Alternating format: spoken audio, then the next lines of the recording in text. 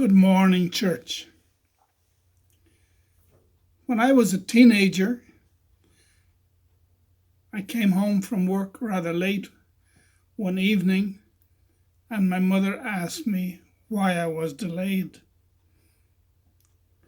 I told her that I'd come upon a cat that had been badly injured and was lying dying at the side of the road. So I sat down beside the cat until he took his last breath. My mother said, "Why didn't you kill it?" Now, my mother was a practical woman, and as soon as she said that, I realized that her solution was better. If I had killed the cat, it would have been spared a couple of hours of agony, and I would have been spared the hours sitting there in anguish with a dying cat. I'd like to read you today's gospel. It's from Matthew chapter 14, verses 13 to 21.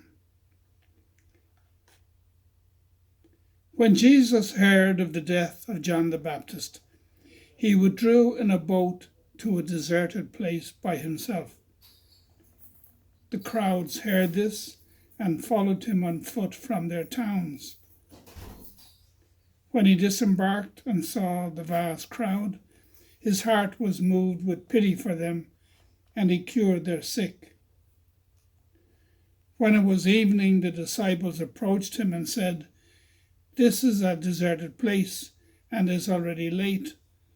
Dismiss the crowds so that they can go to the villages and buy food for themselves."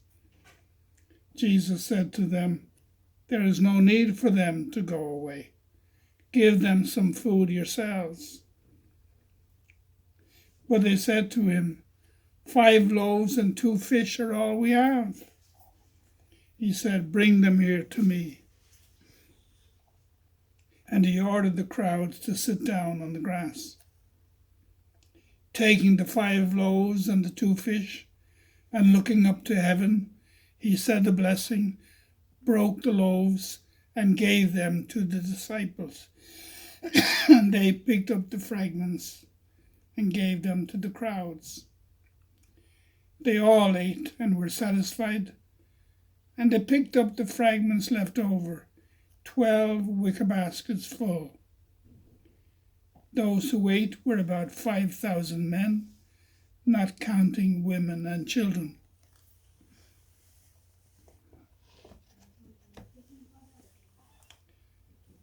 In this gospel today, the disciples tell Jesus that the crowd who have just heard of John the Baptist's murder are now coming to him for answers.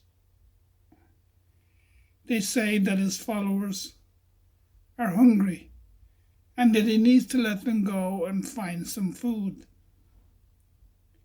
He says, "You feed them." And when they come up with excuses for why it was not feasible, Jesus begins the preparation for a community meal. I guess the present coronavirus pandemic helps me see that a clear-eyed disciple does not need to second guess. When there's a need, we face the problem. For 2,000 years, Christianity has grieved over the pain and suffering of humanity and believed that in our solidarity with their pain, we are somehow excused from seeking a solution for their problem.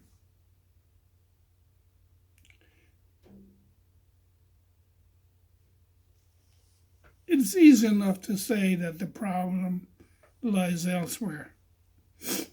But the fragility of humanity, evident in this time of pandemic, shows us that the only way to seek just solutions to the issues of our world is to be actively involved in seeking solutions for our common well-being.